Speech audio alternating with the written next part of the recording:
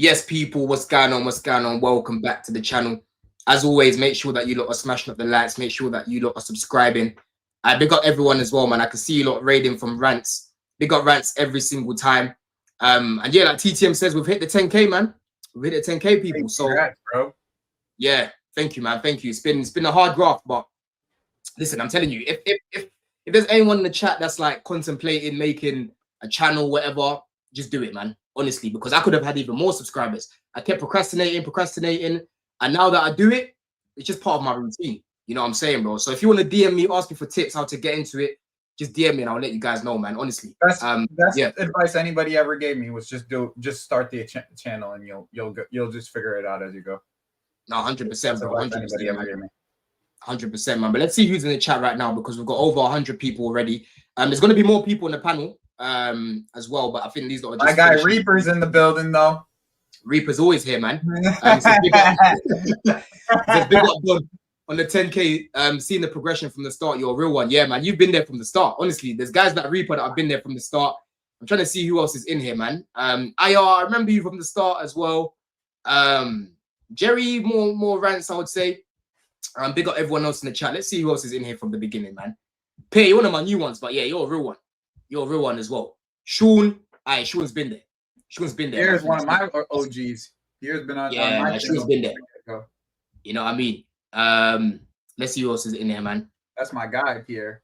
Big up Pierre, man. Big up Dave as well. Big up everyone here, man. But listen, let's get straight into it because, as the title says, you know, can Chelsea build momentum? Obviously, Joey, it's Wolves that we played, but bro, we've seen Chelsea drop points to some ridiculous teams that we should not be losing to. You know, teams like Ipswich, teams like flipping Brentford were dropping points, bro. Teams like Sunderland, you know what I'm saying, bro? Right? So I'm not gonna take any W for granted. I don't give a damn if it's Wolves, if it's Leicester, if it's flipping Stoke. I don't give a shit, bro. We need to be climbing up the table. Yeah, we were in hell for a while, Don. So I don't blame anybody for feeling the way that they're feeling. You know what I'm saying? The one thing I won't do is I won't say hold your standards after winning 3-0. I won't do that. Nah. Okay, I'm not gonna do that. So I'm not gonna do that. Mm-hmm. So like, yeah, I mean, everything is pretty echoed from me. Like, I feel like we deserved the win and we got the win, and it was just business as usual. But I'm just glad it happened. You know what I'm saying? Because we like to drop point. We like to play to our level, play to the level of the competition we play against. That's like 100%. It's like a Chelsea thing to do. We play to the level of the competition. Well, this week we didn't. We spanked them from minute 1 to minute 90.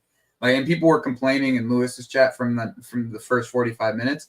I was sitting here like, yo, like this is like we just missed chances. That was the only thing we did was miss chances. We had chances to score. Garnacho should have scored in the first minute of the game, first 2 minutes of the game. But you know, 100%, bro. And the way that we were playing in that first half, especially our left-hand side, Joey, right? Because the main thing for me right now, I need to be seeing more relationships on the pitch. This was one of the few games in the season so far where I've actually seen some relationships being built, especially with the left-hand side, right? The right-hand side was shocking because Neto, bro, zero variety in this game. Consistently getting the ball until the second half. I mean, until the second half. First half, yes, 100%. It was shocking. Yeah, let me even rise up. Let me rise up your best friend. Best friend for what, bro? He's gonna think he's gonna cook. No, something. I would like credit. No, like, I would like to inform my buddy Joey that I did play Sunday League football this weekend, and did you win at least? Did you win at least? I put in a couple crosses that were absolutely incredible. Oh yeah. At least have you got any visuals? Any visuals though? We don't believe you guys. All right, all right. Allow me today, allow me today. You got it. Like today, I'm bringing my Sunday League ball knowledge right here. There's no pasta today, man. But honestly, Joey, like for me, in that first half, the right-hand side was just dead because Neto just kept breaking down our attacks. It wasn't really great offensively. On the other side, the left-hand side, bro, I thought Garnacho in this game was brilliant from start to finish. The crosses he was putting in, the passes, the way that he was retaining the ball, the decision making, the end product, bro, was perfect. The only thing was just that miss. That's the thing about Garnacho, bro. He misses too many big chances.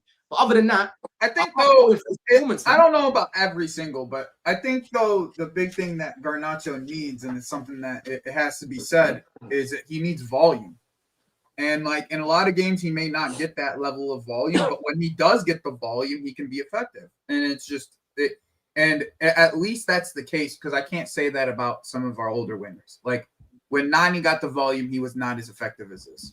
When like even Neto at the volume that if he got provided that same similar amount of volume in many of games, and he doesn't provide it. But he does need the volume to be effective. Like that's not like ignore that side of it. But he was effective in the moments that he needed to be effective, which is something that I'm not going to dissuade. Okay, like I'm not going to say that like he's been irrelevant to the way that we've played, because I have been one who has said if there's one player who could stretch the pitch on our team, it's that kid. So at least we have someone who can stretch the pitch, unlike some of the other teams that will not be named. Okay, like we have at least a variety in our wings. It may not be the highest of quality, but it is a variety, which is something that I'm willing to at least acknowledge and appreciate that they did at least that with the wingers, right? Like we have two wingers that are more touchline based, and we have two wingers that are more cut inside and want to create based. So you can adjust based off of who you want for each game, and Garnacho has proven that he can be at least a touchline winger. Like he at least can be that. I just need more consistency. Keep that consistency that you're providing at this current moment, and I won't have a word to say. You have shut me up, sir. So continue doing what you're doing. That's it. Well, what do you think? Big up Andrew as well, man. Big up Andrew. Andrew looks like he's just come out of an igloo, bruv. What's going on with that, big man? Heating bills are a lot in the UK, as you know, Dom. You know what I mean? So. Nah, I hear it, bro. I hear it, man. What are you saying? Are you good? Yeah, I'm celebrating wins, man. I'm celebrating wins over a team, because I believe if you don't celebrate a win over a team, you're not a proper football fan. So, you know what I mean? That's what I feel. You know, no matter who the opposition is, you know what I mean? And I'll leave it like that. But you know, I just think if we're being realistic, if you don't celebrate wins over Wolves or anything like that, then basically you're saying you only celebrate maybe 10 wins a season, depending on who the opposition is, or something like that. But anyway, I bet that kid someone needs to teach that kid a lesson about being a fan. No, Jerry, he's the kid who brings socks to his friend's birthday parties as presents. We all know that. But we'll move on, because someone needs to teach that kid a lesson. I don't need someone. Oh, look at Jeffrey Lewis. Look at Jeffrey Lewis. Always ready, Garnacho. He's gonna famous. No, but honestly, he said GA Nacho. See, that's the thing. Is Garnacho bringing GA? He's okay with it. On the game, he's okay with that side of it. On the game, though, I've got no complaints about the game. The only frustrating part is that we had about 5 or 6 chances in the first half, and should have buried at least one of them. But in the end, we ran out worthy winners, and you know, I've got no complaints about Saturday. I don't see any bad performance or a mediocre performance Saturday. For everyone played well, and it was good that it was good to spread the goals around and no injuries and stuff like that. And yeah, it's a very good performance. I don't know why we can't, like, as a fan base, like, pull together and just celebrate our win instead of, like, there's a lot of removal people in our fan base, Don, because they like to move goalposts a lot. Do you know? Just celebrate the win, you miserable bastards. Do you know what I mean? It's true. Just celebrate the win.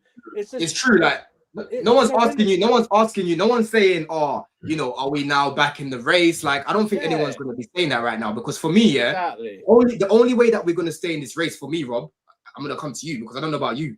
The only way we're going to stay in this race right now, Rob, is by keeping Fofana and Badia Shield fit, bro. That is the only way, because I'm telling you now, people might laugh at the opposition. Oh, you only played Wolves, you only played Tottenham, right?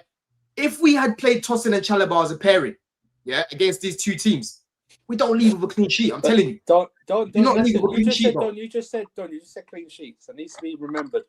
We've got five clean sheets this season from 11 games. It's not said as much. You know what I mean? I know we conceded 11 goals and stuff like that, and that's still. But that's like second in the league, though. That's you know that. It's second most clean sheets in the league. Yeah, That's not said a lot. That's not said a lot. It's nearly half. It's basically it's nearly half of our games. You know what I mean? So it needs to be said a lot, and that's. I'm glad Wes got 90 plus minutes. I'm glad he wasn't pulled off for like 87 minutes like against Spurs and something. Yeah, I'm glad he got 90 minutes under his belt. Yeah. No, it's true, isn't it? But for me, like, let me come to you, Ads, right? I'll come to you in a sec as well because I want to go back to the attack, right? Actually, no. Let's keep talking about the attack, then we'll talk about the defense after because the defense is a massive thing that we need to keep those guys fit. But we'll talk about that in a sec. But Rob, what was it for you that you liked about that first half? Because the first half, we looked quite fluid, to be fair. And that relationship between Enzo and Garnacho, it looks quite good. Big up Javon. CB is here as well, people. Let me just let Big up. Bear man here. Fuck you, know, mate. It's a party. Big up, man. What you not saying? What you saying, man?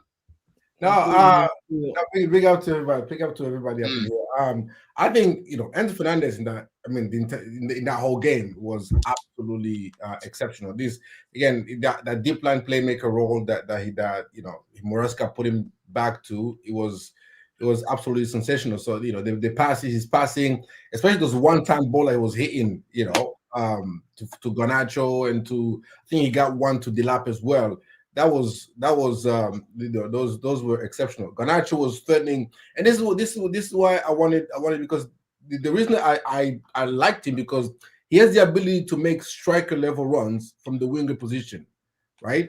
And when you have a player like that, and you have a player like Enzo Fernandez who can continuously feed the winger that makes runs like that, the fullback and the whole defense is on edge the entire game. And so even if we didn't score in the first half, you just knew it was a matter of time before, we scored one. And then once we scored one, it was just a matter of how many we can get on top of that and if we can keep a clean sheet.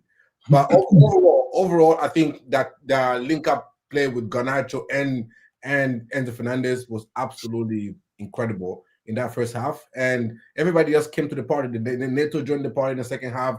João Pedro started cooking and everybody else. The only one that you can say that had maybe a subpar game was Delap, but again, I'm giving him the benefit of the doubt. Maybe he had that prior red card against Wolves in his head, so he was trying to be extra careful, wasn't being his own self. But other than that, I thought especially in the first half was Garnacho and Enzo Fernandez were the standout performers in that first. There definitely seems to be a relationship forming between them. Yeah, absolutely. Where they're kind of playing at the same mindset. And that's key going forward, man, then, because if you remember last year, CB, we had Sancho on the left-hand side with Cuckoo and Enzo, and they had a good relationship, bro, a very good relationship. I was just saying to the man, them, I haven't really seen many relationships on the pitch, bro. Because like Joey made a good point last week, right?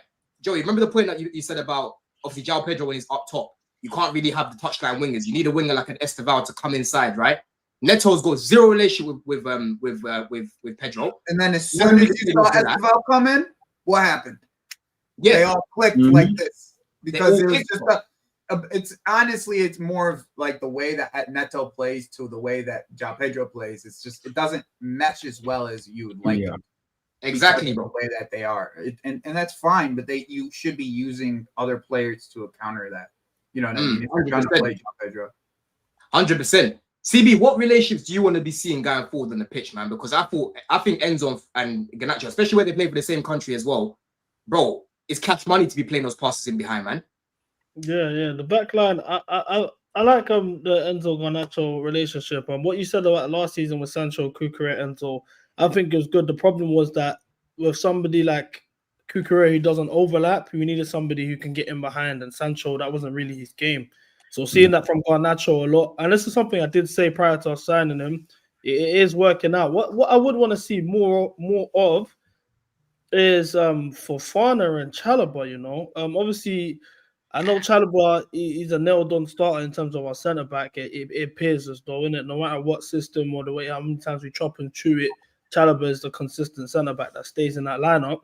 But I think we're a different team when Fofana's there. He's got the recovery pace. He gets himself stuck into duels. He's aggressive.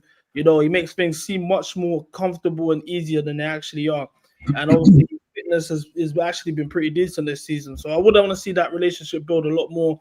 And I'm sick of us changing that the back line as well, innit? So if we can have that steady partnership between the two of them, and that's what we stick with, I'm happy with that. Obviously, Badiashile is not fit, or I would have said him and Fofana, but I'm happy with those two, to be honest with you. You're on mute. Sorry. Yeah, go on. How about you, Ads, man? What have you got to say? Because I think you wanted to finish it, like follow up with what CB just said there. Yeah. I mean, first of all, big up the chat, big up the panel. We almost got like a fucking full lineup here, bro. It's mad. All the And lines in the also, head. yeah. Also, I just come from working it, so I missed the start. But obviously, big up to you, bro. 10K, bro. That's big, bro. That's big, bro. That's big shit, man. So congrats to you, bro. But obviously to the point about what CB said, I feel like, yeah, I've been saying it all week is partnerships, relationships, the same thing. You need to see combinations on the pitch where players actually combine with each other and it actually leads to something. And you're right about the point last season, right? Like I was going to make this point as well. They had a good link up, but again, to CB's point, absolutely, they lack that proper like dynamism, that proper like directness. And also Enzo can play the sort of like, you know, close contact rondo kind of football, right? Which is why he suited playing with Sancho. But Enzo's best attribute really is his long passing, his ability to break lines, his ability to cut open defenses, and that's why you need somebody who's more direct. And Garnacho, for all his flaws, you cannot deny the fact that this guy is direct and he has amazing self-belief. This guy believes every single time that I'm going to make something happen. A lot of the time it doesn't happen, and it's very frustrating.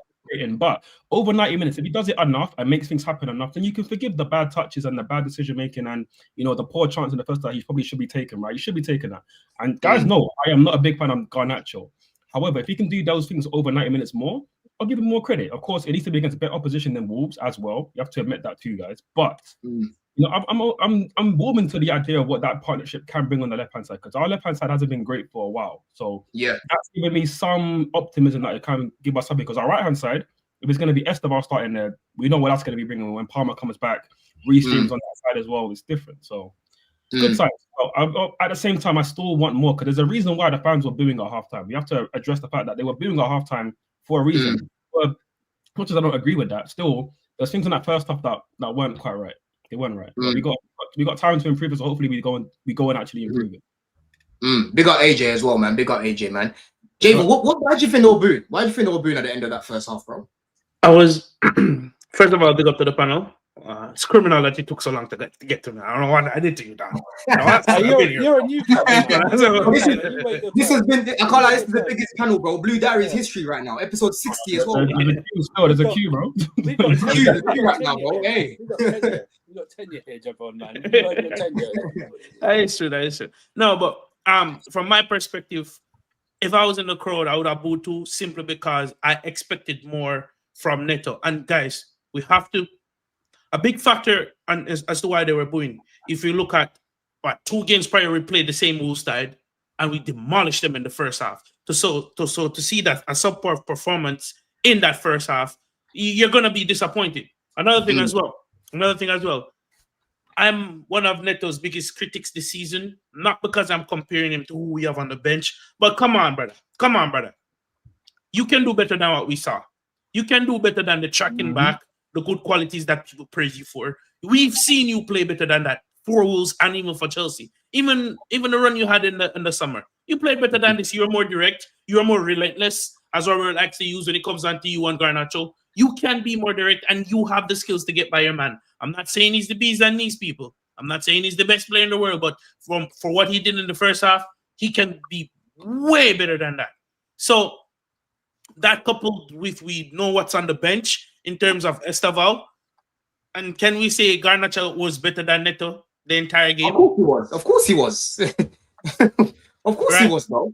Right? So when people are saying, why is Garnacho, who most people are divided on in terms of opinions in the fan base, saying, why is Garnacho performing better than you, then you're going to get that type of performance. Because I think the defense was good in the first half. The midfield build-up play was the same as it was in the second half. It's just that in the second half going forward, we were more clinical and more direct.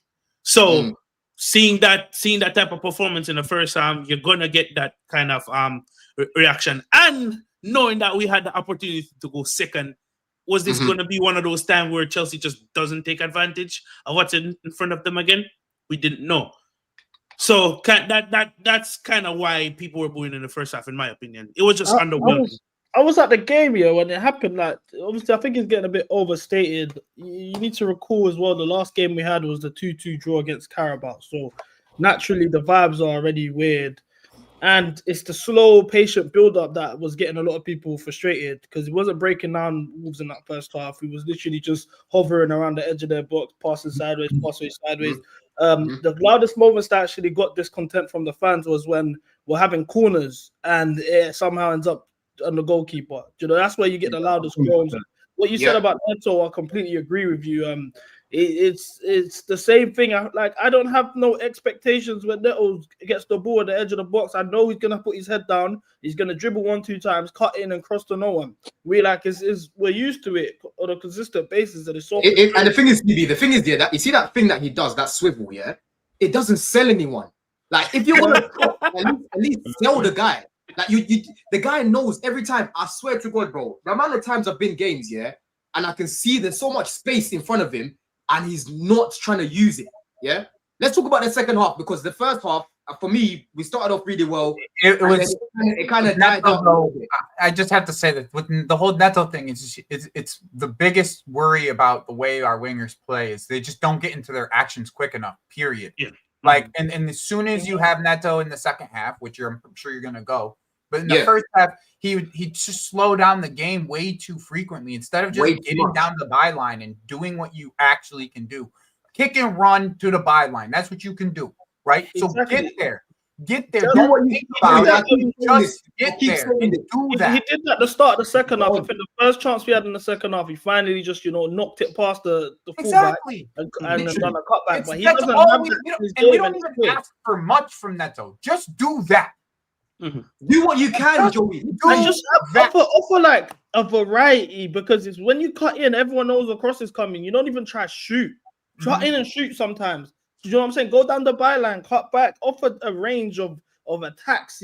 You know what you're getting from him. But you know you can do. He can do it though too. Is the worst part. You know he can get down the byline and create something. You know if you gets down the byline, the cut inside is going to be open for you. If you can keep going down the byline on it. But to that effect, Joey and CB, did you guys realize the type of chance that Estevao created, where he went to the byline and then cut it back in?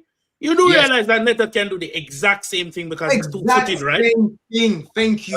Because if you put him on the left, you're getting the same type of cross quality, whether it's on his right foot or his left foot. So for him not to be going to the byline more and try to whip in a low cross into the box, and then Pedro can peel off the defender or whoever's making that late run to take advantage of that. Not seeing that is criminal enough. One thing I'll say though, I would like to see. When Neto and Garnacho is on the field, if we could somehow set up where we can get them in the transition. What do I mean by that? I mean, get them attacking the opponent in a transitional phase because they seem to be good in the transition. They seem to be good. Yeah, but the thing is though, where Enzo's on the ball, he's playing it in the end. That now you're changing the way that we try to win the ball higher up the pitch in that sense. And because like a lot of the times we set up when the opposition wins the ball, especially in this last game, we were winning the ball really high up the pitch for majority of the game. If that's the case, and if that's how you want to play, then you have to set up deeper and allow them to win the ball and own the ball for a little bit. You know what I'm saying? So it's just kind of actually like switching it. You know what I'm saying? So you have to switch it totally to be able to even get that for it. Yeah, I hear. I just think think Neto is more effective that way because you can see when him and Garnacho turn on the afterburners, it's kind of hard to deal with because once Enzo, I can't say a Palmer, once anyone gets that first initial ball over the top, it's just those fine margins getting the final passes right. Once the final pass is right, their pace and finishing. 9 times out of 10 they're gonna finish and it's gonna end up in a goal. I think that's a key to where he's picking up the ball though. Like that's the biggest thing. Is like Enzo in previous games was picking up the ball probably closer to the box compared to this game, and then this game he's picking up the ball actually in the midfield, where he can actually play those. So where he actually can do what he actually does. I think personally, I think we're doing Neto a little bit of injustice here because some of the way he's playing, it is dictated by. You can see the similarity between how Pep used Grealish and how Neto is being used, because Neto gets you when he gets the ball, he does that to trying to get a second defender to double team him, and then he will carry it across to a Caicedo, to a Reece James, to a Gusto, and then we're trying to create in the middle. But people, we obviously want him to beat the man first time and go. But in my opinion, I think Maresca tend to ask him draw the double team and then carry back to a you know how I know that's cap. You know how I know that's cap, Robert. You know how I know that's cap here, because the moment that the second half, the whistle was blown, what do I see Neto doing? Running on the outside, bro, winning the foul. I think that's a change in instructions from the manager, though. No. Maresca told him you're not doing enough offensively, bro. You better run at your man now. That's what he told him, bro. You can't tell me Neto, a guy who's got the pace and the power that he does, is there to retain the ball, drag a man, and pass it. There's no way you're gonna tell me that. No way, bro. No way. Listen. I don't even want to get into the whole point, because the comparing Neto to Grealish is a bit mad to me, innit? But like, my whole thing is, we can all agree. Thank you. Transition-wise, Garnacho and Neto suit transitional football way more. Yeah, most definitely. It was actually quite effective at times in transition, right? But again, when you're starting games against a low block, especially against teams like Wolves, whether it's Sunderland, they're not going to give you that space. Especially this season, we're not giving you space to run in behind. You got to go crazy against a low block. And these man, they're not specialists at doing it. Again, big up Garnacho for what he did against Wolves, but is he going to consistently do that against low blocks? It remains to be seen. But somebody who can do it consistently against low blocks, consistently against anybody, is Estevao, bro. Because that guy, the individual magic happen, is different. And I can rave crazy about this guy for ages, but we don't need to even do that. But yeah, I'll let other people. We do. My point is just that upgrade on Neto is night and day. It's night and day. Hold on. We're for the low blocks, right?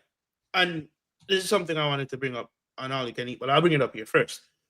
Do we not need to attribute unlocking the low block to a more Enzo Fernandez? Because the level of Enzo Fernandez yesterday, we haven't seen it thus far this season. And for the first game this season, I can clearly say Enzo Fernandez was the better midfielder out of him and Caicedo. And you want to say that against a low block, right? So for me, to unlock a low block, you need Enzo Fernandez playing those type of passes and playing a bit deeper, not as a number 10, because he's the one that's going to get the ball faster to the wingers. He's the one that's going to find that fine pass. He's the one that's going to find a through pass. What the wingers or the forward players do after that, well, that's on them. But for me, to unlock a low block going up against it, you need a Enzo Fernandez that's on point with his passing. He's by far our best passer. So technically, he should be the guy getting the ball the most in the midfield. I mean, obviously, we love Caicedo. Caicedo's great on the ball. Caicedo can break lines. And obviously, he was playing with a bit of an injury, so he wasn't at 100% against Wolves. But Enzo should be dropping deeper naturally. And for me, we did see that against Brentford second half, because I thought that was actually a pretty decent half of football till we threw it away at the end. But we saw Enzo dropping deeper in that game too, and also spraying it around, making passes in your right. That's the guy who should be unlocking the doors. But of course, we've been asking for this. We've been asking for this. We've been asking. This is not something. Come in. Yeah, go. We've been asking for this. This is one of my biggest gripes with this team is that imbalance of Enzo not being on the ball enough, because the movement of the ball is just way more efficient when he is on the ball more than what he is now. We have him in a 10 area where he's playing pretty much off the ball. He's not the fastest, he's not the strongest, he doesn't strike the ball the best. He pretty much scores his goals off of like headers, or like tap-ins. You understand? Enzo needs to be on the ball making those passes, because it just makes us look so much better. It makes the game easier for Neto. It makes the game easier for Garnacho, for whatever wingers out there. You understand? So that's my biggest gripe. And so I'll go further to saying it doesn't need to just be on against low blocks. It needs to be against all teams. That's what really needs to happen. The reason why I said it's not I want it more against low block, because in the transitional play, that's where Enzo Fernandez's weakness tends to comes out. I'm not saying it's worse, but I'm not saying it's the best. During transitional play where the game's a bit more open, he's susceptible to get bodied off the ball if he's not on it. There are games where it's open, where I see him body him, i.e. Liverpool. Every Liverpool game, the game at home. If you really I hear this thing about, and the thing is I hear this thing about Enzo on the transition and that, right? And I know Enzo doesn't cover ground the way, Caicedo does, or the way, Declan Rice does, right? Doesn't eat up ground like those guys. But Enzo next to Caicedo in the pivot, right, is not a slouch. That guy won the ball back the most for us against Wolves the other day, yeah? And on top of that, if you're asking for a man to basically be on the ball more often than not in a possession style system, That's the risk that you have to take. That's why you've got Caicedo next to him. That's why you've got Fofana, who can take out fires behind him, right? That's the risk you have to take. If you're overly cautious about playing Enzo there, because on the transition it might be got, then you're missing out on what he can do on the ball, bro. This is hold on, let me finish. Let me finish. Yeah. What I'm saying is, when the game is open, right?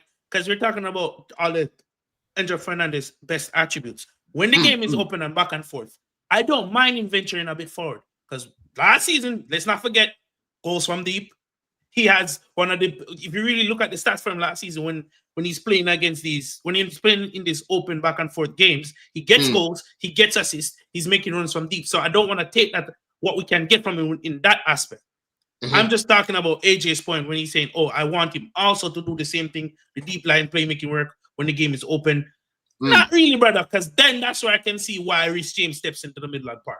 I can see where Lavia's fit, why it goes for a 3-man midfield, because if you can get in an open back and forth game, if you can get Enzo Fernandez to make deep line runs and make those late runs in the box and spray the passes from a bit further up the field, you get a better attribute from him. When it's against a low block and you just need a lot picker, play Enzo Fernandez in a deep lane role.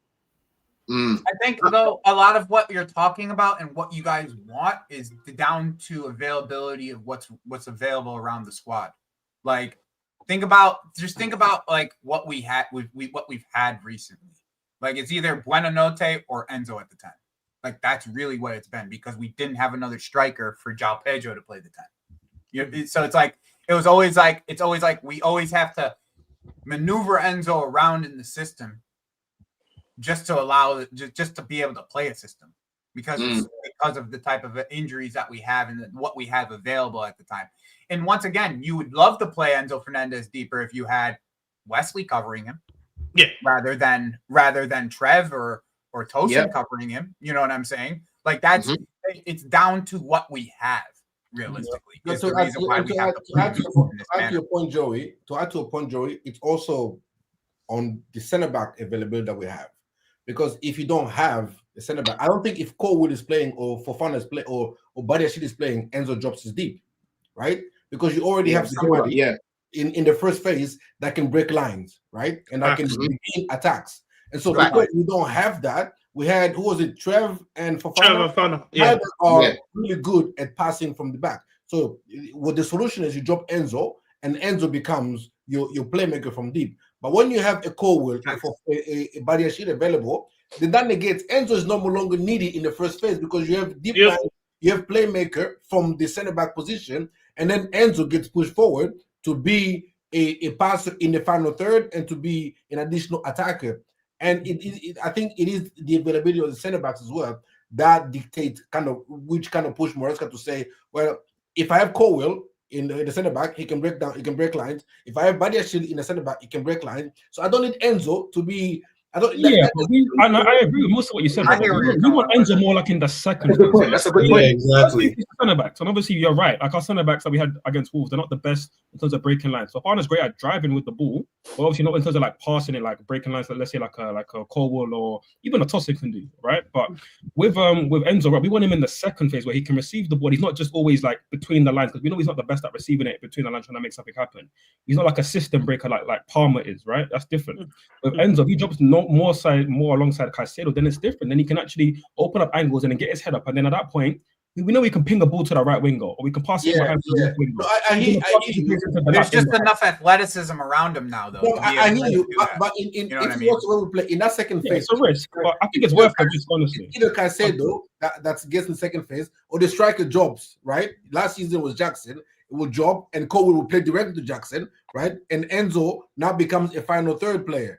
Right, and sometimes it's Enzo. It just depends on whoever is available to receive the pass at that time. Sometimes it's Caicedo, and then Caicedo progresses to Enzo. Sometimes it will be the striker that will drop, and then the striker turn, and then proceed to start the attack. But it's all depending on the availability of the center back. Like if Colwell can play those balls to Garnacho, right? But yes, he can play those balls to Garnacho. So you don't need Enzo to be, that just negates. You either losing Enzo in the attacking phase, or you're losing the passing or some of your center backs. Either way. So that is true. And that's a good point. I don't necessarily disagree with that at all. to be honest. Yeah, and that's a good point, because if you look at how we've been building up over the last couple of games, we didn't have that left footer to ping the ball directly to a Garnacho. It would always be build up to the centre back. When it gets over to whoever's playing on that left hand side, puts it back to Robert Sanchez, and then Robert Sanchez with the left foot will play the ball over the top.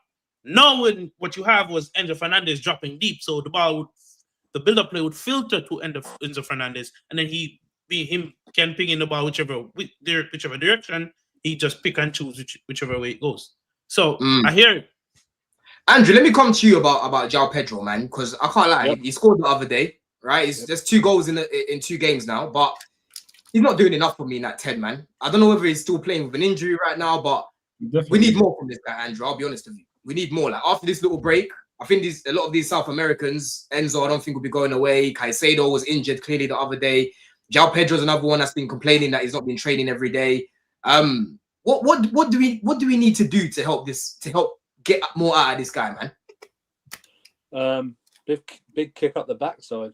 What he needs. You're right though. The goal. It's a good goal, good finish, but overall performance, I would say, it was okay.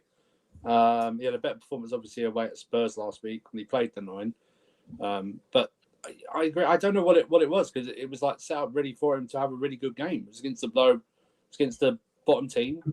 All set up. I disagree with that notion, though. Like, I mean, I get it. He's against the bottom team in the league, so he should do better. And I'm a big JP. That's what I'm saying. And he was relatively poor for my expectations. But when you say it's set up for him to do well, look at the players around him. Like, understand what kind of player JP is, bro. He wants players to like link up, to like do one-touch passes around the corner, those kind of things. You can't do that with Neto. You're not really doing that with the lap, and you're not doing that with Garnacho. And that's why, like, when Estevao comes on the pitch, it's different. When Cole Palmer's back in the team, it's different. He's got guys who can actually link up with in those central areas, and we don't have that right now. So he's not gonna- enough players he's close gonna- to him. he's gonna then- There's just he's not enough gonna players then- close to him. He's going Exactly. to He's on the island by himself in the hardest place to play in the game, bro. Like, you can't play by yourself there. He's then going to have to sort himself out then and change his game then, if he wants to link up. Fair point. That's a fair point. What's happening here with this? I don't think that's very true. I don't think that's true. I just don't think. What do you think? I don't think we have a player that can play close to him, that can connect with him the way that we should have. And just because we play outside wingers doesn't mean that he's not going to be. He's always going to be he's just never going to be as effective if we have people playing our wingers are all the way on the touchline. He has to go collect from them. Like, it's just never the case. It's just you bought this player to be able to be in the inside spaces and be able to pick up the ball and connect with people. Like, that's what he is. That's what he is. João Pedro got a goal this weekend. He created 2 chances. Like, why are we talking about João Pedro? Like, I've seen him lose the ball a lot, and he's finally missing chances. And now people are going to be doing the most. And he's still getting his goal though. Like, ultimately, he did his role perfectly. He's created chances. He linked up play, and he got a goal. I don't know why this energy isn't there for Liam Delap, who offered nothing when he was on. João Pedro. If there's one thing I know, we gotta hold a standard. If there's one thing I know, I don't like this João Pedro. Like, bro. If there's one thing I know, if there's one thing I know, no matter where I go, CB is going to bring the smoke for the lap, and I'm here for it. I am. We'll talk about Delap in a second. AJ, you were saying something about Pedro. Go on, bro. Yeah, no, I hear CB. I hear the number. He got his numbers. He created a couple chances, but again, and we spoke about this on Chels stream just now, Rob. Over the 90 minutes, and over not just this game, over the last couple games, he's not having his best games. He's not performing to the level that we want João Pedro, and we got to hold that. We can't just drop it just because he scored. You understand? We have to we need him to perform. It's not a bad thing to hold him to a standard.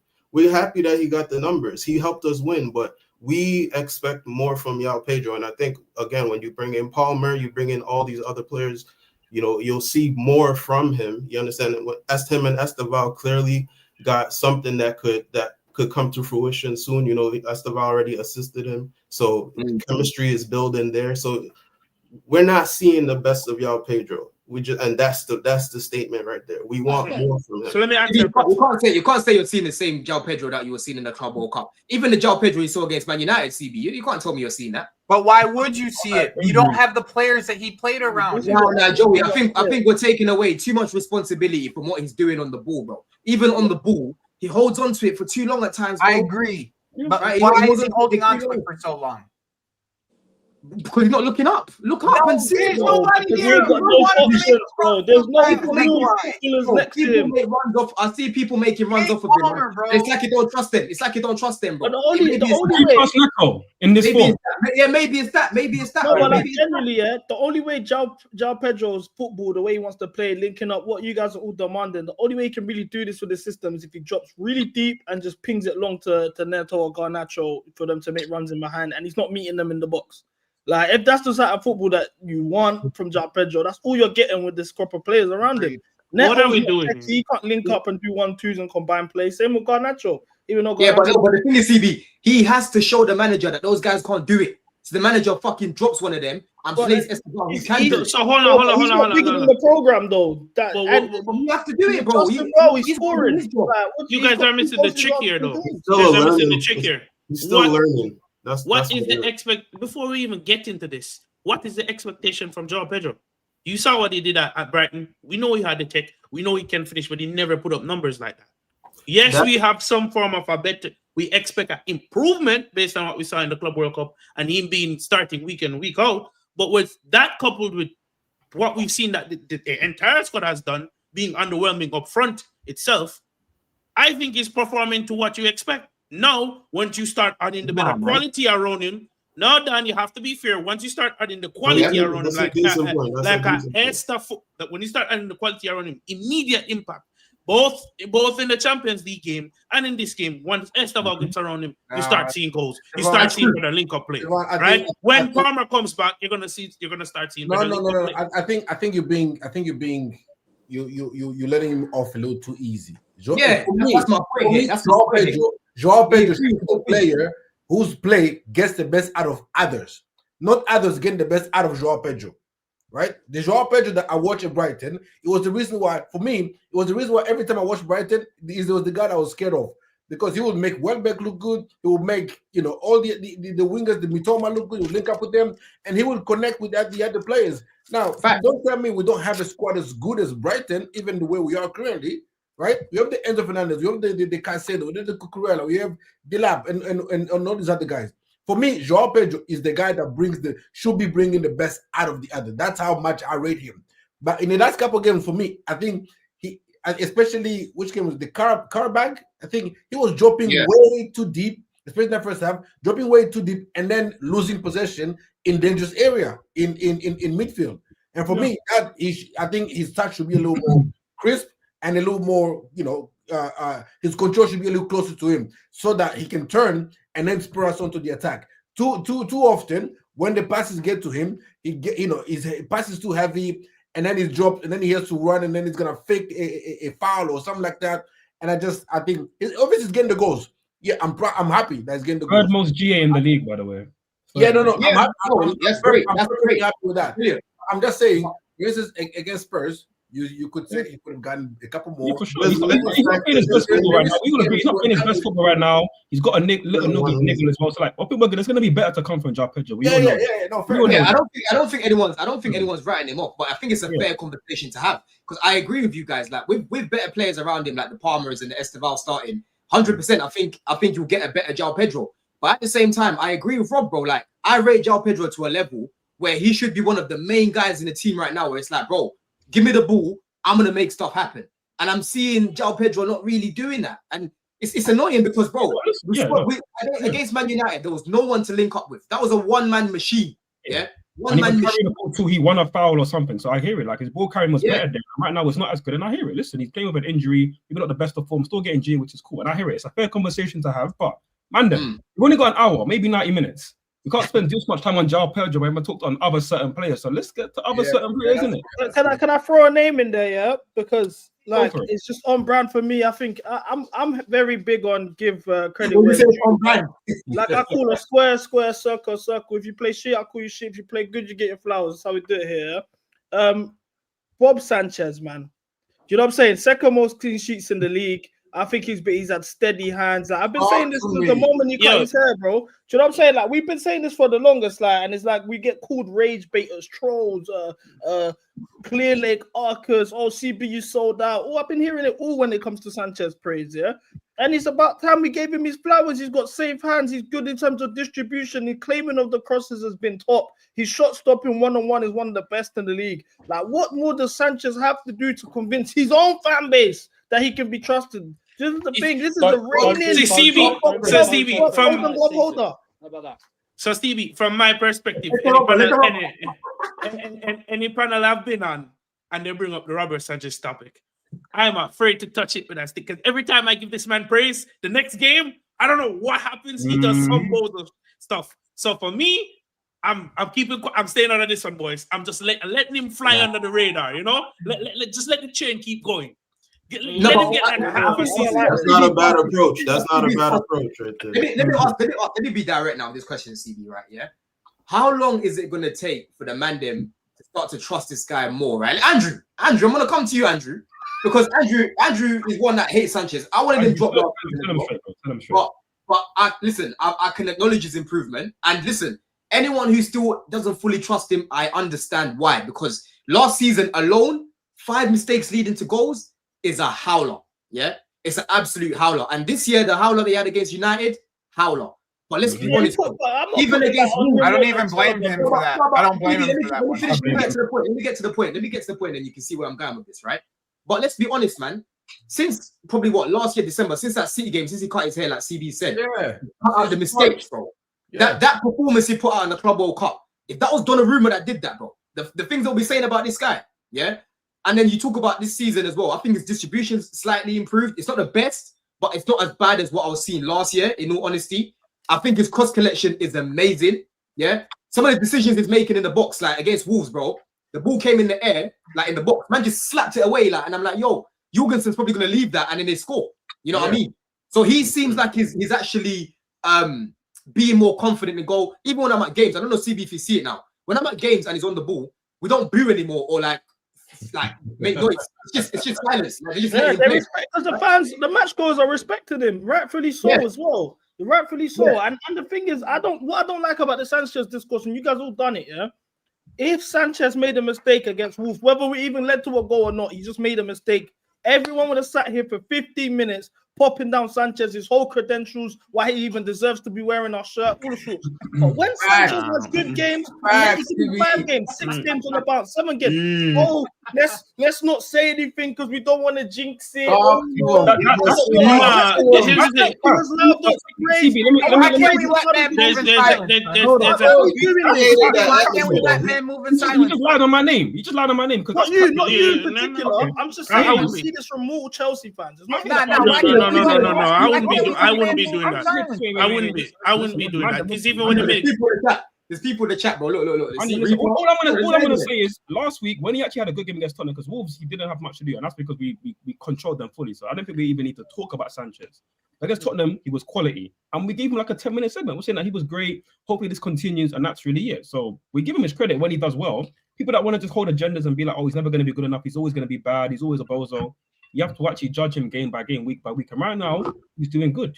He's amongst the best performers in the league this season. We have to be honest. So he's doing well now. But of course, like Javon said, like I'm feeling, like Andrew knows, the mistake might be round the corner. And we just don't hope it's against Barcelona or Arsenal when it matters most. Because more time when it's Sanchez, it matters most. And he F shit up, bro. Let's be honest. And even when it mattered most last season in the running, Sanchez was the one that came up big for us. Pause. He got big saves against Fulham. He got massive saves against Everton. The final day against Chris Wood and Nottingham Forest, he was making massive saves. This is what I'm saying. Why do we do this with Sanchez? Why do we have this season for me, he didn't make massive saves against Forest. Chris Wood missed. Oh my! This season for me, I don't think Sanchez has. He didn't make massive saves. I'll say it right behind him. He didn't make massive saves. He didn't. Yeah. Cool. Okay. Against Everton, he did though. Against Everton, he did.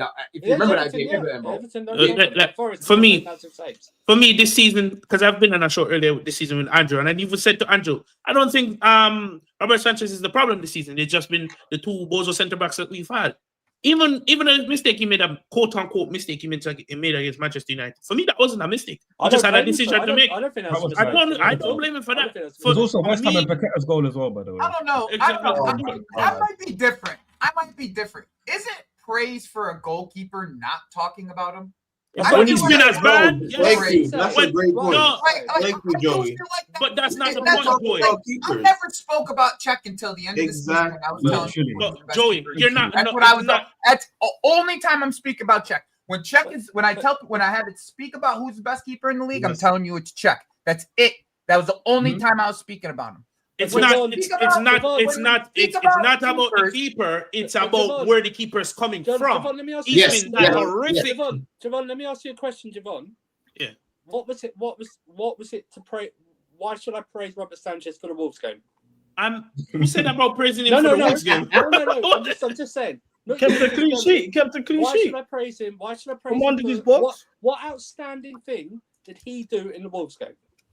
So we only praise outstandings. Yeah, this is what we do. No, it's different for keepers. No. So for me,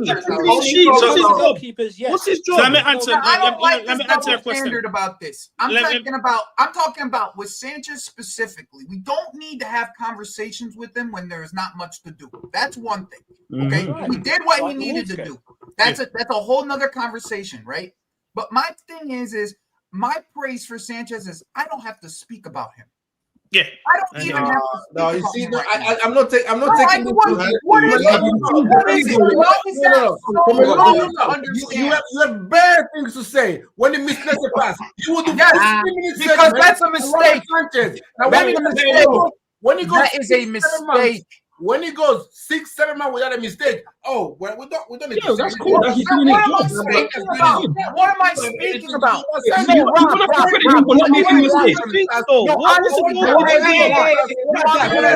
Sanchez is third best keeper in the league. That's what you want from me?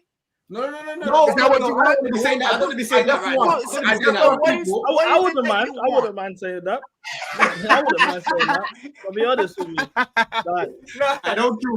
One at a time. Rob, land your point. I'm just saying. People don't mind when he misplaces a pass or he hooves the ball long and it goes to nobody. People will come on stream and do 15-minute segment, even if it's not a mistake that leads to goal. But when he's doing good, it's cross claiming. He's got like 100% cross claiming percentage in the last 3 games. All of a sudden, we don't have to say anything. He's just doing his job. Casero's doing his job. On the job description, when you sign up to be a goalkeeper. Why are we talking about Cucurella? On the job description, when you sign up to be a goalkeeper.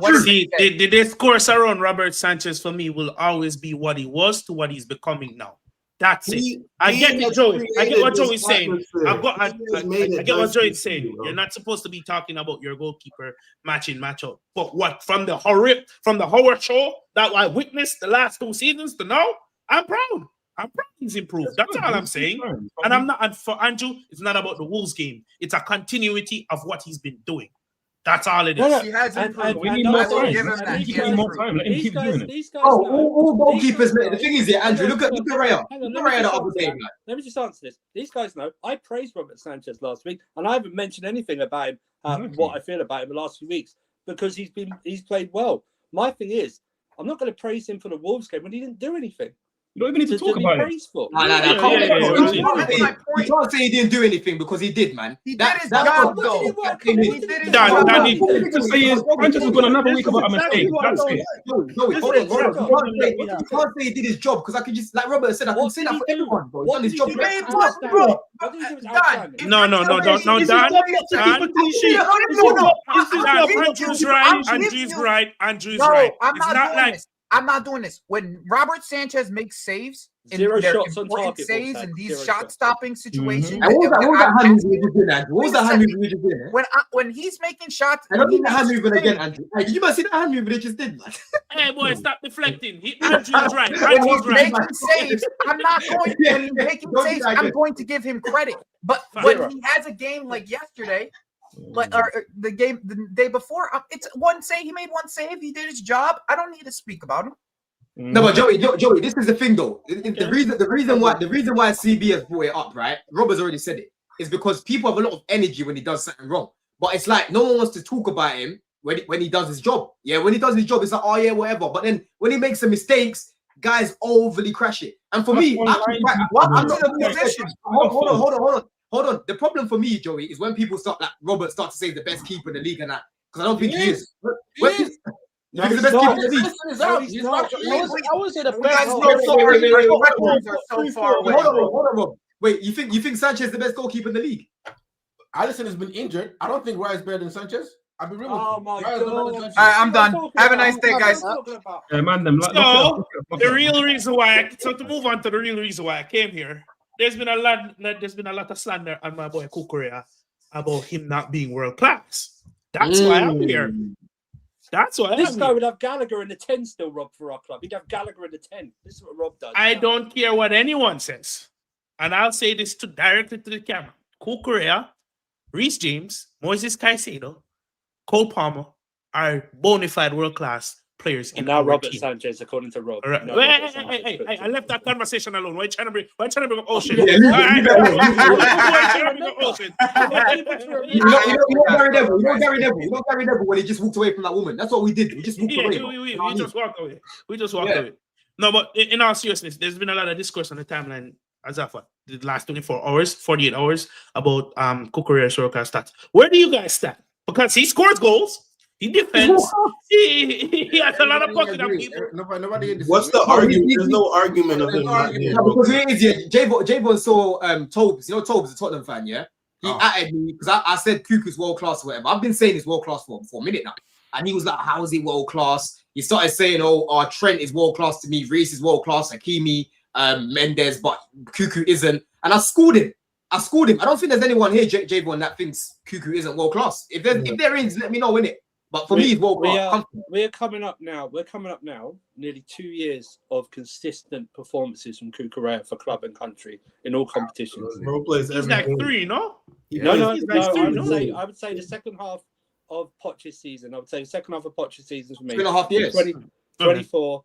Now, because remember, when it took into the Euros and he took it now. That's why when I rate these players, I don't big up a Caicedo Kukurea performance to one because they're normal. These performances are normal. You know what I mean? I don't listen. I think Mendes got a lot of hype, same with Donnarumma and most of the PSG fans, rightly so, for their Champions League run. I think they got a lot of hype for their Champions League run. But we saw that a guy, Gusto, who had a shit season last year, trampled all over Mendes in a final in the summer. Yes. Do you know what I mean? So they can have you know what? I think we need to stop doing these debates and just say, do you know what? I think he's world class, and you know what? You don't have to worry about it because he's my player, and I'm going to enjoy having him as my player. Do you know what I mean? Bro, that's what I need. Toby was burning. Toby was that. burning. He wasn't coming back with any rebuttals. He was going back. He had a poor start. I'm like, bro, he came Chelsea like 4 years ago now. You still going on about that? He had a so fucking going on about that. He had a bad 18 months. He had a bad average 18 months, and then from, like I say, the second half of the season up till now, consistency for club and country in every competition he's played in. Okay, starring role in the Euros final as well. Set up the winner. Very good performance. All of Germany hates him. That's what I said. Bro, he got an assist in the final. He benched Grimaldo when Grimaldo was literally a treble winner. Yeah, man benched a treble winner when he wasn't even playing for Chelsea like that. His importance to this team can't be quantified. His importance to this team is up there with Caicedo for me in this team. Wait. No, Andrew. No, before we go there,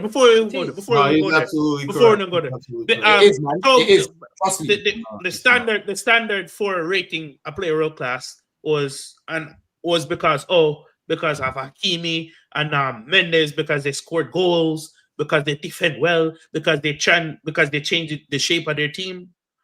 And Kukurea has literally done that. The inverted fullback role. Guess who started that for us? Kukurea. How many wingers has he pocketed in the last season? Bro, I'm not even talking about his defensive attribute because we know what he brings. But let's talk about the other side of the game that the entire world seems to idolize, which is attacking third, right? Are we forgetting if it wasn't for Kukurea, we literally wouldn't have made top 4? How much 1-0 Kukurea got us by either assisting or scoring the goals himself? Yep. Even in the Conference League, this man is out there taking shots at goal like he's a striker, bro. No, Javon, listen, don't worry about toes. When it comes to Chelsea, bro, the guy, I was in the group chat. Obviously, I'm in the group chat with him, yeah? Was going back and forth about Caicedo. He was like, it's a wild take that Caicedo is the best midfielder in the world. I said, how is it a wild take, bro? Like, oh, it's Pedri. No one comes close to Pedri. I said, broski, if people want to say Caicedo is the best midfielder in the world, there's a solid argument for it. There's a solid case for it. It's not a wild take. So from time he's saying it's a wild take that Caicedo is even world class, yeah, or the best in the world, you already know what he thinks of our team. You already know what he thinks of our club. He hates us. He hates us, bro. So giving the world class tag to someone like Cuckoo is painful to him, bro. Yeah, I think it's the head. I'm telling you, if this guy had cane rolls or something, or maybe he had a taper or fade, people look at him differently. It's not even that, Dan. You know what I really think it is? Because our team has been absent from the Champions League for so long, and these players that we know have the quality haven't played in the latter stages of the Champions League where the entire world has eyes on them. Yeah. That's where we lose the PR, and that's where we lose the credibility. Remember before, on my show and on All You Can Eat, I've always said it. This is why I place so much importance on the Champions League for us in the debut season, because the debut season for Caicedo, the world is going to quickly flip. And so set, so done. You're going to see it happen when we make it to the round of 16, the quarterfinals of the Champions League, and people like Cucurella, people like Enzo Fernandez, and Moises Caicedo, when they step up and flip that switch, you're going to see a whole new food. Javon, you don't have to wait that long, Javon. It's Barcelona. Barcelona coming up. I hope Pedri plays as well. I'm praying he plays. Pedri's injured. He got the Caicedo test, man, and that pissed me off. Man said he got the Caicedo test. It might be available. The Barcelona game as an opportunity to get PR for the players. Estevao, for example. Yeah, we need that. Because he's gonna start getting put in the Lamine Yamal conversations if he performs. No. He's already. Listen, I've been saying that, but the masses don't know that. Only Chelsea fans will tell you that. That's what I'm saying. You know, he just has to prove it. He has to do it in the actual games, bro. That's it. I've just been obviously. I was live with Rants here before, and let me even check how many likes are right now, people. I haven't even checked it. The conversation's been flowing, but we've got over 300 people here. Let me just quickly pre the video, yeah, and we have 145 likes, man. Let's get to 200 quickly. Make sure you lot are subscribing to everyone here as well. I'll put their links in the description after as well, people. So make sure that you lot are subscribing. But I was live with Rants, and me and him was going back and forth for like half an hour because I said, for me personally, Estevao is generational, right? And he doesn't believe that he is. Now, everyone's got a different definition of what generational is. For me, generational is, looking at a player who don't come round in every generation so often, yeah? And when I'm looking at Estevao, I see a player who don't come round often, bro. I'm seeing a player who broke through in Brazil at like 15, 16 years old, was playing for them 3 seasons on a bounce, beat Neymar's record in Brazil of the most GNA before he touched 18, right? Neymar's another generational player, by the way. No one else could do it. Not Endrick, not what's his name? Rodrigo. None of those guys could do it. Not João Pedro. Only Estevao could do it. Estevao has now come to Europe, and we are already seeing that he's our best winger. Yeah, we're already seeing how influential he is. Right? We're seeing how do this every time, bro. I'm tired of it. First is with Diaries, I know it, brother. What deal? I think David, I don't use that word lightly, bro. All these guys that we've signed, even Palmer, I didn't even call Palmer generational. As good as I thought he was, I never called him generational. I don't use that word lightly, bro. No, but the last guy I called generational was Hazard. The last guy I called generational, at Chelsea was Hazard, bro. For me, Estevao is a generational talent, bro. He's a generational talent. Here's the thing, right? Because okay, that's different. Generational talent. Here's the thing, right? Yeah, that's what I mean, though. It's a generational talent. Yeah, you can't say generational. I want to chill, man. I want to chill with all of that stuff, man. Why are you not seeing for you to want to chill? Like, what are man? I need more time. But look at that. You jump in the gun. For example, look at like the way Neymar gets discussed in terms of pure ability, talent. He was generational, the best footballer I have ever seen. But the way Neymar gets discussed is the same thing. Potential that never became what it was. Prince that never became king. Or underwhelmed Let him just ball, enjoy himself. You know what I'm saying? Like the most I would do is compare him to his age mates right now, the Yamals. You know what I'm saying? Stuff like that. Arda Güler, them young G's, whatever. I'm not gonna put him in a generational. This guy's gonna be the next. Like, just that's too much for him, bro. How about you guys? What's your take? Do you know what it is, right? I'm older. Go on, Andrew. Coming after Andrew. I'm an older Chelsea fan, apart from Rob, who's 88 years old, as we all know. But I would say this: I don't like the word generational until I see like there's like a good few years of them doing something consistently, right? I think the term exciting for me. There's only been, since I've been supporting Chelsea, there's only 3 players that 2 players before him that's got the exciting factor about him. That you heard it on Saturday when he got the ball, when he's coming on, the crowd lifts. Do you know what I mean? And for me, that was Zola and that was Hazard. Just exciting. I never said he plays like them or he's going to have the career like him. I just mean excitement in terms of what he can do and everything like that. I put him in that type of category. Generational for me is overused, like the term world class. I know we just discussed it, but I think generational. You need to a few more years before I can term you generational. No, but the thing is, though, Andrew, the phrase here is generational talent, right? There's many guys that have come through who I believe are generational talents. When I saw Haaland coming through, I could see he's a generational talent. When I could see Neymar coming through, I could see he's a generational talent.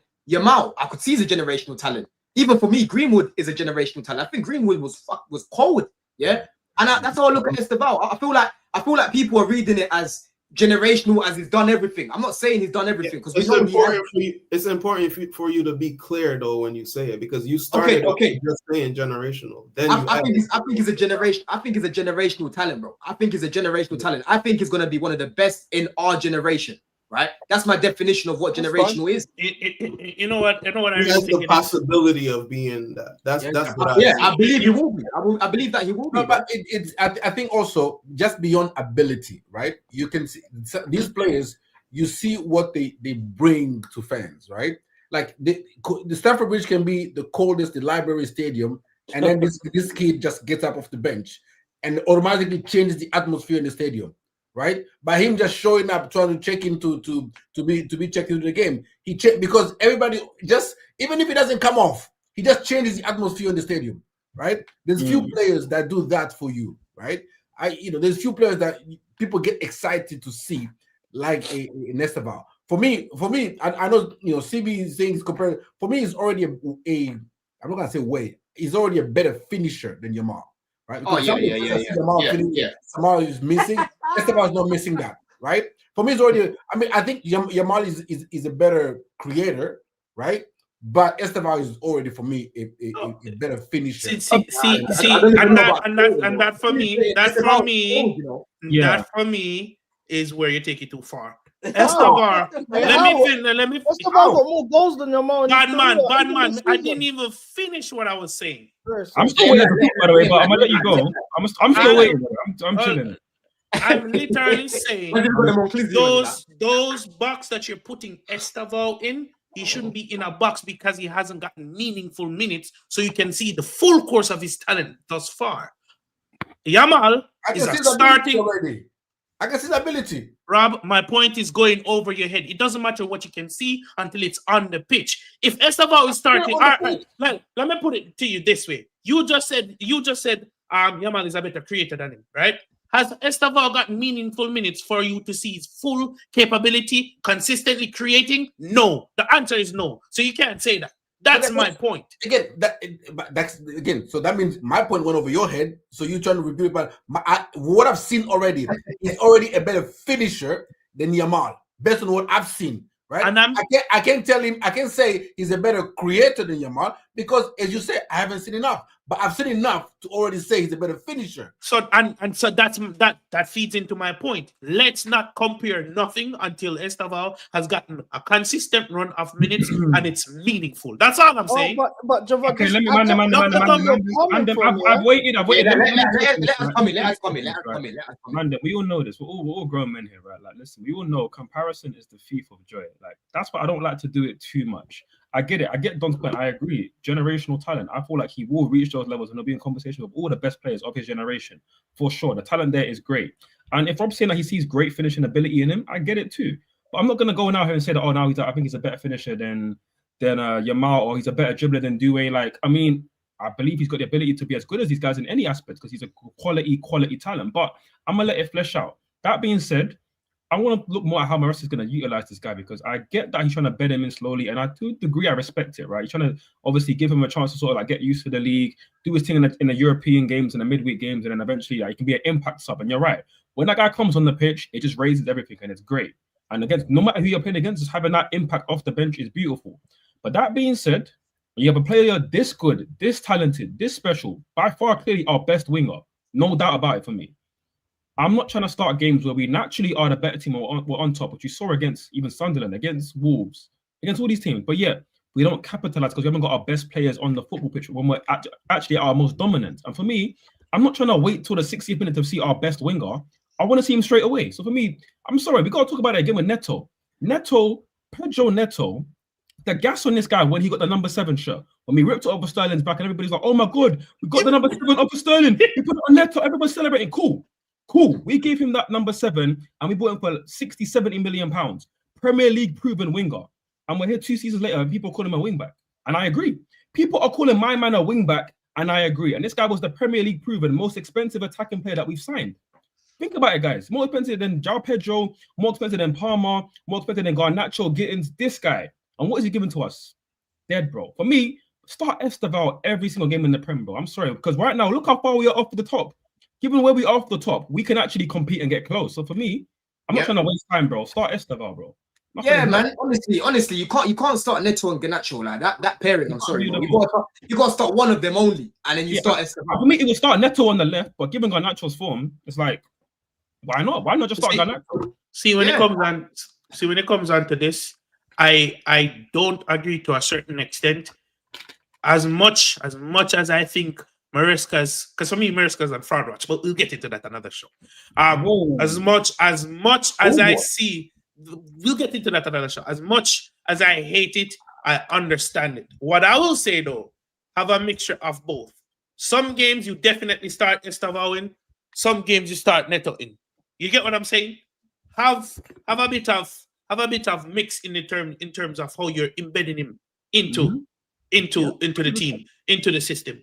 Don't just throw him in right away. But certain games like Wolves, start him against Wolves. You saw what he did against Wolves in the cup. Yeah. Start him against Wolves. The more difficult games where you need a bit more seniority and you don't want to risk it, I can understand it. But start Neto week in, week on. That's the frustration, because he actually tried to start him against United, but then we got the red card because of Sanchez and Fofana and what happened there, and then he got subbed off. So we never actually got to see him start properly in the Premier League since. Because even West Ham, he wasn't meant to start that game. And he's like because of Palmer's injury. So for me, like, you're right. I'm not saying start him every single game and treat him like he's in his prime right now. No, you've got to blood him in and pick and choose when he needs to start games. But for me, it's clear when you're going against a Sunderland or a Wolves, and Neto's in the form that he's in, and Garnacho was in the form that he wasn't going into these games.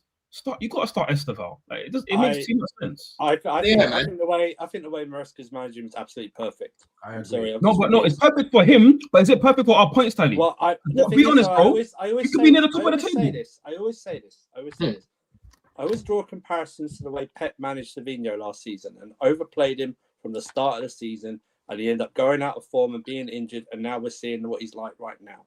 I think Maresca is managing him perfectly. He starts him nearly every other game. It's not so recently. It's not like every night you don't see him for 2 games and then he starts and something like that. And when he plays every other game, he nearly plays all 90 minutes of that other game. So I understand. But what's more important, his potential development and potentially keeping him like safer, which I get is important, or us potentially being in a title race and winning the league. Because let's be honest, guys. The issue is the development. His development. Yeah, but the thing is though, and that Savio example, I don't think it's a great example either, because Savio just didn't kick on because he just kept missing chance after chance, bro. If you go check his overplayed. He was overplayed. But the thing is though, Savinho was played. But Andrew, whether he was overplayed or not, right? The guy got his opportunity and was not taking it properly, bro. He kept missing chance after chance. Estevao, I don't want to be burning out Estevao. No one's saying here burn him out. We're not saying that, right? But give Estevao the same level of opportunity that Savinho was getting in his first season. Estevao is gonna shell it more. He's better than Savinho, bro. Come on. But Maresca might start using Estevao more now. You understand? It's only been 11 games. Maresca has he's played a lot of. That's true. Also, that's why I'm not overly right now is abundantly clear that he's winger number 1. You understand? Played a lot of games. It's clear right now.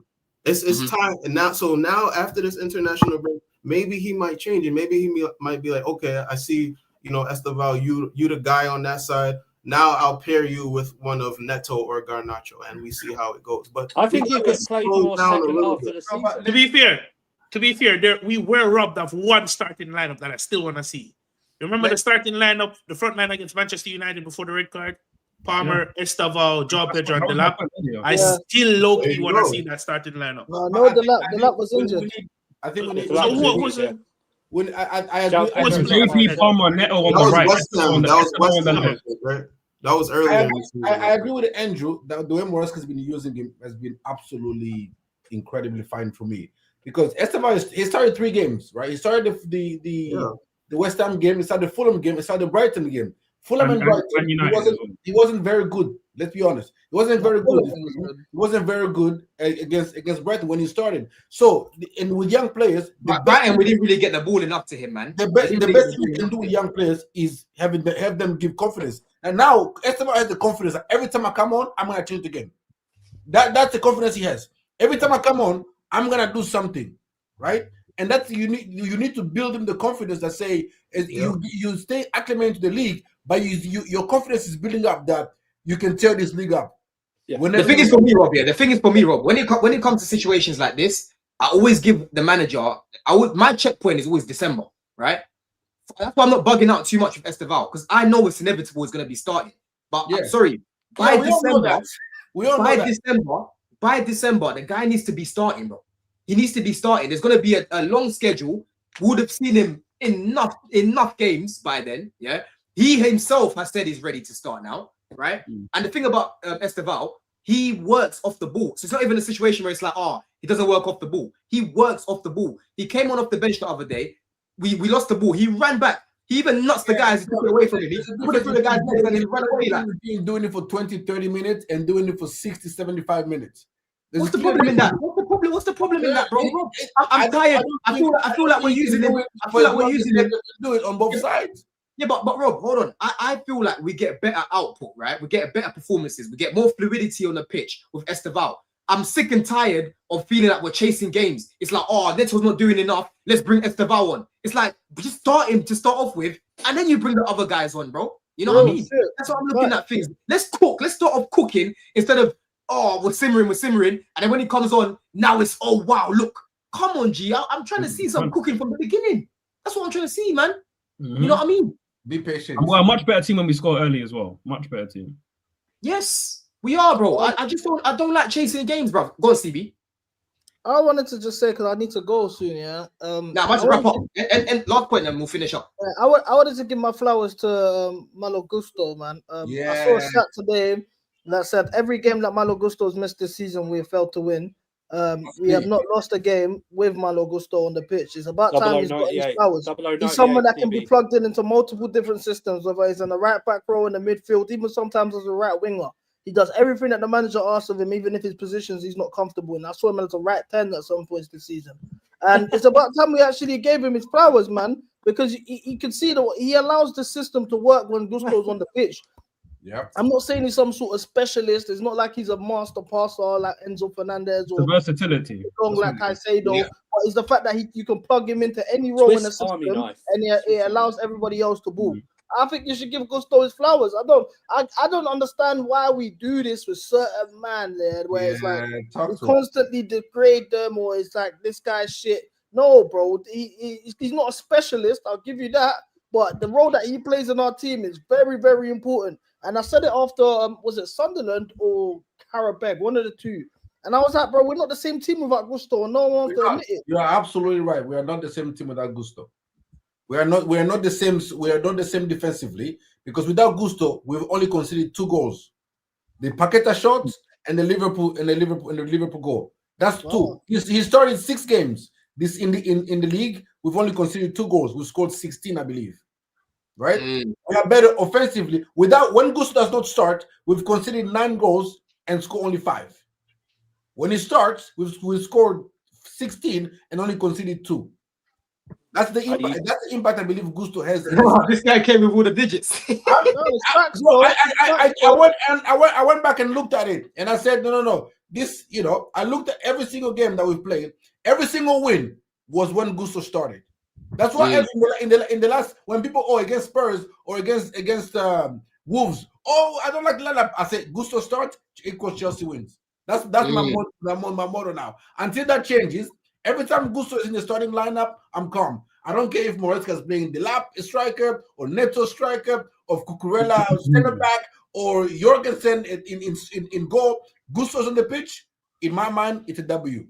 No, I wasn't calm. I wasn't calm when he started midfield against Forest. I wasn't calm with that. Nah, I wasn't calm with that. Use Gusto. There's a time and place to use Gusto, and you're right. We should be loading up Gusto because against Tottenham he was quality, and Wolves he done his thing and he finally broke his duck. 98 until he finally scored. Fair play, and he managed to finally get it done. But no, you're right. He's been doing well, and again, his versatility, how he's able to take on instruction and actually adapt to the system and play different roles is great. And we saw it last season. We were like criticizing how I felt like it was information overload. It felt like that quite a lot because with Poch, it's very simple. We're just overlapping as a fullback, and that's what he was doing in France, and he was quality at that. And that's why I still want to see him do that more in this system. But that being said, he's getting better, and that's a good sign because we know that this is a quality right back. This is a guy that made us feel like, we're missing Reece James, but not actually that much because Gusto was really that good. Bro, guys need to remember when in Gusto's first season, when we had Poch, when we went to the Emirates, we missed our 2 best players from that season, bro. We had no Cole Palmer and we had no Gusto. I remember that day so vividly because when I saw that lineup, I literally said to my boys in the group chat, I said, man, because there was bare Arsenal fans in there. I said, bro, if you man don't smoke us today, you're not serious. Yeah. I knew what time it was when I didn't see those 2 in the lineup. I can't lie, it's only last year, like he lost his stripes, because he fell off a bit, innit? He was learning a new role. Bro, I'll be real. I remember from the Arsenal game?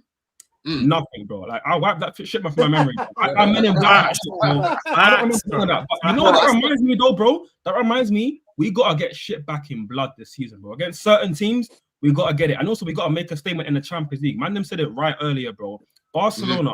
Napoli, because we already lost to Bayern Munich, and Bayern Munich are a great team, fair enough. But my approach to the Champions League was when I saw Bayern Munich, Barcelona, Napoli, I said we got to get 2 wins. We have to get 2 wins. So now, beat Barcelona at home, go and beat Napoli away. I think we got Atalanta as well. So there's some tough games in there. Napoli's the last go and make a statement in the Champions League. And also in the league, I'm sorry, we beat Liverpool, that's great, but that win is starting to age not that great right now, but that's fine. Because everybody's beating Liverpool. I know, it's not aging that great right now, but that's fine. Go beat Arsenal. Go beat a Man City. We got to go and beat these top teams, bro. It's been too long since we've been doing that. So we got to go and make that statement right now. Let's just fan base. Burnley first. Let's just beat Burnley. Andrew. Last point, then we'll finish with super chats. Big up CB, man. Big up CB, man. Bro, last point, Jay, then we'll finish with super chats. It's not even a point. I'm just imagining the fan base if we actually beat Burnley, Barcelona, and Arsenal. It's gonna be pandemonium. I can't talk to man like that anymore. There's no holding it back. Javon, this will sound mad, right? I was flying, bro. I'll be more impressed if we beat Burnley because I know we'll show up against Barcelona and Arsenal.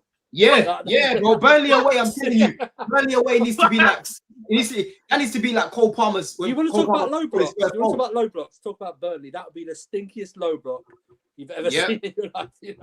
We need to make sure for the season, but we just gotta beat them, bro. Let me read the super chats. Big up Assad for this, man. He says, "Congrats on 10K. Big up, bro, man." He said, "Stop moving like Delap going to change lives at Chelsea. He's not better than both Strasbourg strikers right now. I believe he gets sold to." Wow. Me and Jimmy was going back and forth in the group chat the other day about things like that. What is this score? What is this discourse at Delap? He hasn't played enough games to come to a solid decision, bro. What? Literally. It's coming like an injury. People say I'm twisting their words, yeah. MNG Blue says Delap's been all fight, no impact. Omega in January. Another sweeping statement, like broski. Big up yourself, man. Big up for yourself for the donation for that. Big up Vasi. It says Neto's given too much. Estevao can play other matches, and he is good when opposition is tired. Why is everyone insisting for him to start? Swap Neto, man. Chill, bro. Listen, Neto off the bench against tired legs is good. More space, right? And hopefully by then we're winning the game because Estevao's been cooking and Garnacho's been cooking on that side. Now the game's open. Neto can even run into that space, so it should help the team even more. You know what I'm saying? But people, we're gonna finish up there, man. We've got 300 people still here. It's been a lit show. I went a bit later today because I was mad busy with work and that, because I'm gonna be away until Friday. So there ain't gonna be no content from me like that. I'm taking my camera with me. Maybe if something happens, but I'm gonna take a little break. I can't lie. Do a little vlog or something, bro. Do a little vlog, man. It's international. Yeah, I might do a break, little. isn't it? Yeah, I'll do like a little Paris vlog. I might do like a little Paris vlog or something, people. But I'm gonna be there, innit? Actually, I'm going to Disneyland, so I might do a little one for that. But yeah, listen, make sure that you lot are following Andrew, obviously Winter Surfer. You got anything coming up, bro? Let the people know, man. It's international break, bro. I'm not doing anything. You know, it's boring international week, as we know, right? That's what it is. It's nothing at the moment. You know what I mean? Javon, all you can eat Chelsea tomorrow, innit? I'm not gonna be there. Me and my kids aren't there. Yeah. We got all you can eat Chelsea tomorrow, and we got the sideline view. I think we'll record on Saturday. It's international break, so Rob is on there. I think I'm gonna try and get like Chess on one of the boys. Ads, let me know if you're available. You can come through as well, and we just chop it up. Chelsea, Big up, Rob. How about you? Got any shows coming this week, bro? No, probably, as Javon alluded to, probably do the sideline view. Other than that, man, you know, international break for me, it's basketball and NFL. So until further notice, I sport in the meantime. Yeah. So you lot might be bored, but I got plenty of sports to watch on this side. Big yourself up, man. Ads, you anywhere this week? I don't know where AJ's gone, but I mean, I might be on MFH just to cook Hassan, because Liverpool, boy, them man over there, they stink. And they got they better than us, though, innit? It's so nice, isn't it? Just to chill, like these lot are 3-0 down. You know, last international break we smoked them again. It was us last time, you know. Bro, I was with my boy at Box Park, bro, and bro, he was going through the emotions, bro. Honestly, these man were they got smoked. But yeah, that was good. That was beautiful. But yeah, international break. I'm gonna chill. I'm watch my MMA, which I'm enjoy. I'm also gonna enjoy the boxing. I think you back Benner too is next weekend. I think. So that's gonna be big. That's gonna be big. Yeah, that's a big fight. Yeah. Big fight, bro. So other than that, I'm just chilling, man. Just working, focusing on family, just doing me, bro. So. Big up, man. And big up you on 10K, bro. Again, bro. Honestly, that's a big up on 10K, Dan. Thank you, bro, man. Thank you, man. And big up all the mods as well, as always. Big up Repart as always. Says love. Big up on the 10K again. Great show. Yeah, it was an amazing show, man. One of my favorites. Big up Pierre as well. Amazing show. Big up, man. TTC somewhere in here as well. Big yourself up, man. You know, always see, every week, man. You know, always supporting. I appreciate it. Trust me, I appreciate it. Listen, I've redirected to Race for Europe. Make sure that you don't go in there. Who can we cook in there? Obviously, Liverpool got smoked. Deji dropped points. What can we say this time, people? What can we say this time? Something about Spurs, he would be good, because how can they go out? How can Richarlison take off his shirt again and still not win? How does that happen, bro? Hey, someone give me the best slander name for Richarlison right now. We're gonna go in there with that. We're gonna go in there with that, man. What's the best slander name for Richarlison? Because it's a pigeon. I'm trying to think of one, man. I can't think of one right now. The chat will have something, bro. The chat will have someone. Someone will get crazy. I think the greatest slander name is that he's a Spurs player. We've got to come with something creative. We've got to come with something creative, man. Hey, where's all the creativity, people, man? Shirtless pigeon, naked pigeon. Naked pigeon. Yeah, you know what? Naked pigeon. We're going to go with that one. We're going to go with that one. Naked pigeon. All right, people, listen. Slap in there. Naked pigeon. No, I'm not going to say it. Yeah, naked pigeon. Put that in there. You know what I'm saying? And say little Don Raid on the side, people. And a bit. Love.